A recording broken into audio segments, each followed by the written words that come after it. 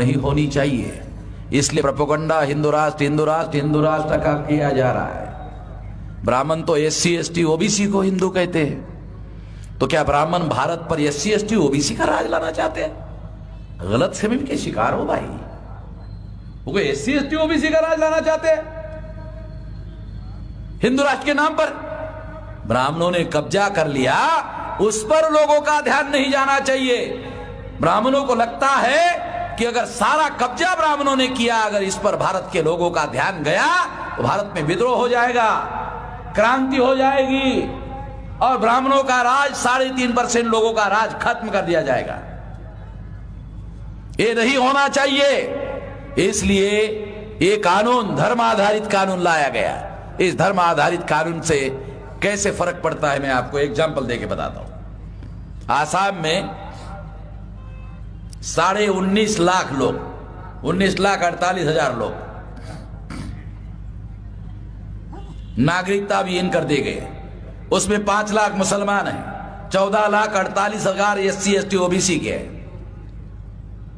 SC ST OBC के लोग कहते हैं ये मुसलमानों का प्रॉब्लम है, मुसलमान कहते हैं ये हमारा प्रॉब्लम है। गलत। मुसलमान से 3 गुना ज्यादा SC ST OBC के लोगों को नागरिक अधिकारों से वंचित कर दिया गया। अगर मुसलमान का 1 गुना प्रॉब्लम है तो 3 गुना प्रॉब्लम SC ST OBC का है। SC ST OBC के अंदर मीडिया के माध्यम से भ्रम फैलाया गया कि SC ST OBC का प्रॉब्लम नहीं है, मगर 14,48,000 लोगों को आसाम में नागरिकता के अधिकार से वंचित कर दिया गया है। मुसलमानों को केवल 5 लाख। बीजेपी RSS के लोग गलत प्रोपेगेंडा कर रहे हैं और लोगों को जानकारी नहीं है, वही जानकारी मैं आपको दे रहा हूं। और RSS बीजेपी के लोग कह रहे हैं 14,48,000 लोगों को हिंदू के नाम पर नागरिकता दी जाएगी। तो उन लोगों ने हिंदू के नाम पर नागरिकता तो मांगी नहीं, उन्होंने तो हिंदू के नाम पर मांगी नहीं। तुम हिंदू के नाम पर दोगे तो SC ST OBC के लोग जिनको आप हिंदू के नाम पर नागरिकता दोगे, वो कल कलेक्टर के पास जाएंगे कि हमको SC ST OBC का सर्टिफिकेट दो, तो कलेक्टर बोलेगा आपको तो हिंदू के नाम पर नागरिकता दी गई है, आपको SC ST OBC का सर्टिफिकेट नहीं दिया जा सकता। कुछ समझ में आ रहा है? मुसलमानों को भी समझना होगा और जो SC ST OBC के लोग हैं उनको भी समझना होगा। अगर धर्म आधारित नागरिकता होगी तो लिंगायत लोग जो कर्नाटक में और साउथ इंडिया में बहुत बड़ी संख्या में लिंगायत धर्म स्वतंत्र है मांग कर रहे हैं, इस कानून की वजह से लिंगायतों को स्वतंत्र धर्म की मान्यता मिलने का मामला खत्म हो जाएगा। बहुत बड़ा खतरा है, लिंगायतों को भी जागने की जरूरत है। एक आदमी को मुख्यमंत्री बना देना और सारे धर्म के लोगों को ब्राह्मण धर्म का गुलाम बना देना, येदियुरप्पा को एक आदमी को मुख्यमंत्री लिंगायत को, और सारे लिंगायतों को ब्राह्मण धर्म का गुलाम, ये सौदा बहुत सस्ता है। एक आदमी को मुख्यमंत्री और सारे लिंगायतों को ब्राह्मणों का गुलाम, इतना सस्ता सौदा। अरे सौदा भी बराबरी से कर लेते। समझने की जरूरत है, मैं यही बात आपको समझा रहा हूं। NPR के बारे में आपको बताना चाहता हूं। 2001 में अटल बिहारी वाजपेयी प्रधानमंत्री थे। NRC में आर है, NPR में भी आर है, दोनों जगह आर है। आर का क्या मतलब है? आर का मतलब है रजिस्ट्रेशन। NRC में आर का मतलब रजिस्ट्रेशन और NPR में आर का मतलब रजिस्ट्रेशन। और कोई भी रजिस्ट्रेशन दुनिया में डॉक्यूमेंट के बगैर होता नहीं। 2001 में अटल बिहारी वाजपेयी ने NPR का डाटा इकट्ठा किया। उसमें 2 विभाग है अलग अलग, जिनके पास डॉक्यूमेंट है ऐसे नागरिक, जिनके पास डॉक्यूमेंट नहीं है ऐसे नागरिक। अटल बिहारी वाजपेयी ने 2001 की जनगणना में डाटा कलेक्ट किया। सरकार के पास डाटा है, किसके पास कागज नहीं है ऐसे नागरिक। सरकार के पास सारा डाटा है। आप पटवारी को पैसा देकर कागज बना लोगे, सरकार को मालूम है, सरकार को मालूम है दो डाटा सरकार के बाद 2001 में अटल बिहारी प्रधानमंत्री, 2011 में प्रधानमंत्री मनमोहन सिंह।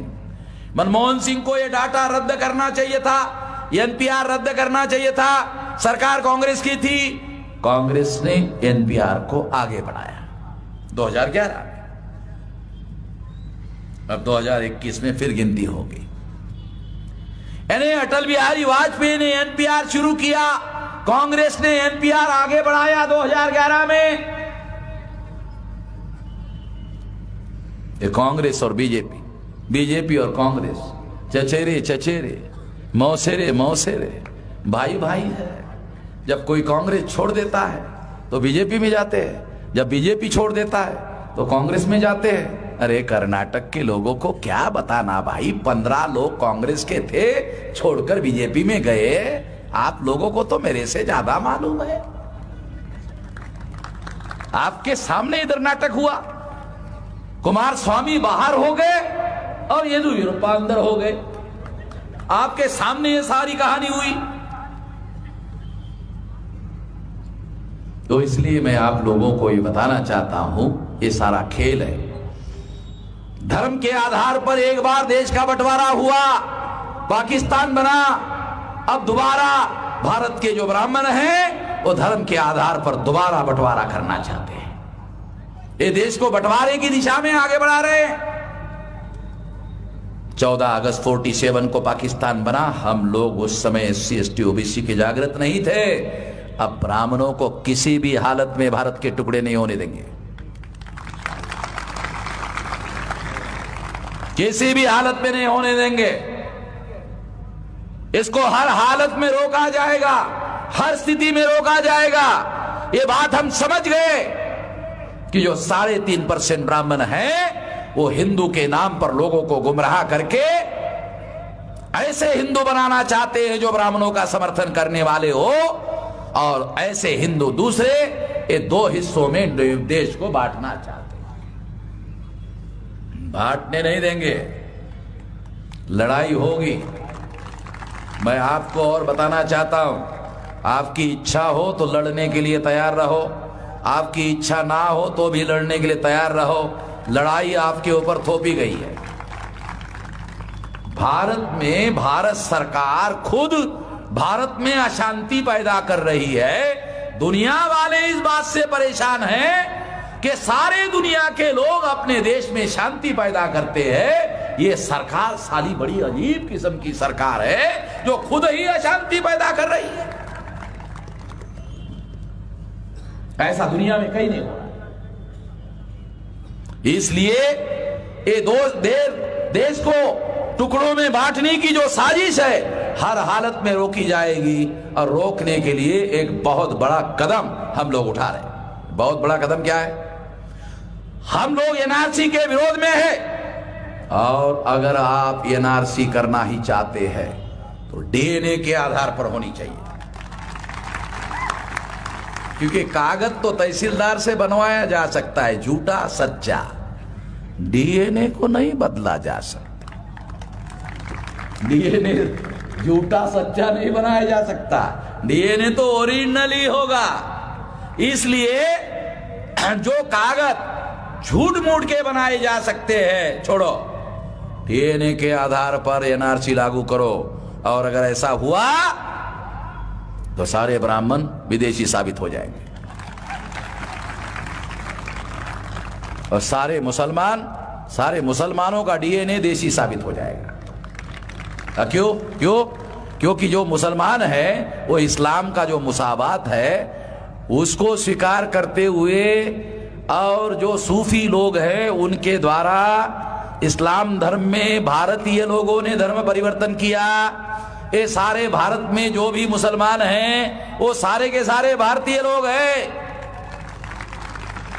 लखनऊ में रिसर्च हुआ DNA का, तो DNA का भारतीय लोगों के साथ मुसलमानों का DNA मिल गया, ब्राह्मण का DNA यहूदी से मिल गया। मुसलमानों को यहूदियों के बारे में बताने की जरूरत नहीं है ना? समझते हो ना? ध्यान रखना, यहूदियों ने मोहम्मद साहब को नहीं बख्शा, तुमको बख्श देंगे?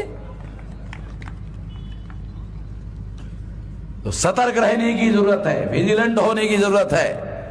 इसलिए डीएनए बेस एनआरसी लागू करने के लिए और ये सारे गलत कानून रोकने के लिए 29 जनवरी को भारत बंद का ऐलान किया बहुजन क्रांति मोर्चा ने, उसकी तैयारी कर रहे हैं।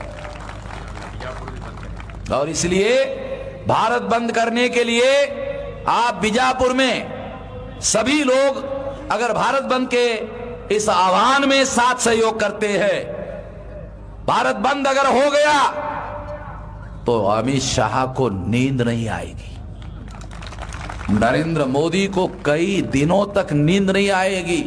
उसको डॉक्टर का सल्ला लेना पड़ेगा कि नींद कैसे आए, कोई दवा है क्या। अगर भारत बंद ऐसा करो उसकी नींद कई दिनों से गायब हो जाए, किया जा सकता है, ऐसा करना होगा। इसलिए साथियों पूरी ताकत से सारे देश भर में तैयारी हो रही है। जो मजदूर है मजदूरी एक दिन के लिए ना जाए, जो दुकानदार है दुकानदार बंद करे, मार्केट अपने आप बंद हो जाएगा। फैक्ट्री में काम करने वाला मजदूर अगर ना गया, फैक्ट्री एक दिन के लिए बंद हो जाएगी। जो दुकानदार दुकान बंद नहीं कर रहा है उसको हाथ जोड़ के विनती करो कि एक दिन के लिए बंद करो। अगर वो कहता है कि नहीं हम नहीं मानते, हमको अधिकार है दुकान शुरू रखने का, चलो हम कहा ठीक है आप दुकान शुरू रख सकते हैं, मगर कल से तुम्हारी दुकान में खरीदारी करने के लिए हम नहीं आएंगे। और जब हम लोग 100 में 85% लोग तुम्हारे दुकान में खरीदी करने के लिए नहीं आएंगे तो तुमको मक्खी मारने का धंधा शुरू करना पड़ेगा। कि ग्राहक ही नहीं रहेगा तो मक्खी मारना पड़ेगा, वे मक्खी मारते रहो। इसलिए इस तरीके से इसे बंद किया जा सकता है। अगर आप ऐसा करो तो बहुत बड़े पैमाने पर भारत बंद होगा। सारे देश भर में तैयारी हो रही है, तमाम हजारों लाखों संगठन के लोग शामिल है। अभी पटना से मुझे टेलीफोन आया, वली रहमानी साहब का, जो मुस्लिम पर्सनल बोर्ड के जनरल सेक्रेटरी है, वहां उन्होंने 34 संगठनों की मीटिंग लेके घोषित किया बिहार पूरा बंद होगा। सारे देश भर में तैयारी चल रही है, बंगाल में, झारखंड में, ओडिशा में, सारे देश भर में तैयारी चल रही है। अलग अलग राजनीतिक दल के छोटे छोटे रीजनल पार्टी के लोग भी समर्थन में आ रहे हैं। तो आप लोग भी बीजापुर में पूरी ताकत से अगर इसका समर्थन करते हैं तो इस आंदोलन में बहुत बड़ी ताकत, बहुत बड़ी शक्ति निर्माण होगी। ऐसा आप करोगे, इस आशा और विश्वास के साथ। आपने मेरी बात ध्यान से सुनी, इसके लिए आभार, धन्यवाद।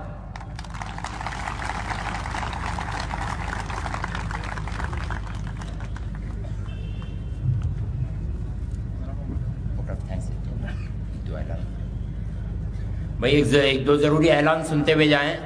1-2 ही मिनट की बात है। अभी जैसे जो है वाउन मिश्राम साहब ने हमको बताया है और मौलाना सज्जाद साहब नौमानी दामत बरकातुहुम ने भी जो है हम लोगों को ये हुक्म दिया है कि 29 तारीख को इंशाअल्लाह हमें पूरा बीजापुर डिस्ट्रिक्ट बंद करना है। इंशाअल्लाह बंद करेंगे भाई, इंशाअल्लाह। हाँ, हाथ उठा करके इंशाअल्लाह साथ दो कि हम 29 तारीख को बीजापुर बंद करेंगे इंशाअल्लाह। हाँ, अगर कोई दुकान खुली रहती है तो हम उससे कहेंगे कि तेरी मर्जी है, तू दुकान खुली रख, लेकिन तेरे दुकान से सौदा नहीं खरीदेंगे। माशाअल्लाह। और एक ज़रूरी ऐलान ये है कि हज़रत मौलाना सज्जाद साहब जो है ये जुमा छोड़ करके अगली जुमा को, हज़रत मौलाना सज्जाद साहब नौमानी दामत बरकातुहुम ये जुमा छोड़ करके अगली जुमा को बीजापुर में आ रहे हैं और जामा मस्जिद में उनका बयान होगा। तो आप हज़रात जो है बिज़रूर तशरीफ़ लाएँ, इंशाअल्लाह लाएंगे भाई। अच्छा, और एक ऐलान ये है कि आज जो है 23 तारीख है, कल 24 छोड़िए 25 को जो है इसी पर 16 फरवरी को भी आ रहे हैं सज्जद साहब। हाँ, 16 फरवरी को भी आ रहे हैं बेंगलुरु। 16 फरवरी को मौलाना सज्जाद साहब नौमानी दामत बरकातुहुम बेंगलुरु भी तशरीफ़ ला रहे हैं इसी काम के सिलसिले में। वहाँ भी आप हजरात को इंशाअल्लाह पहुँचना है।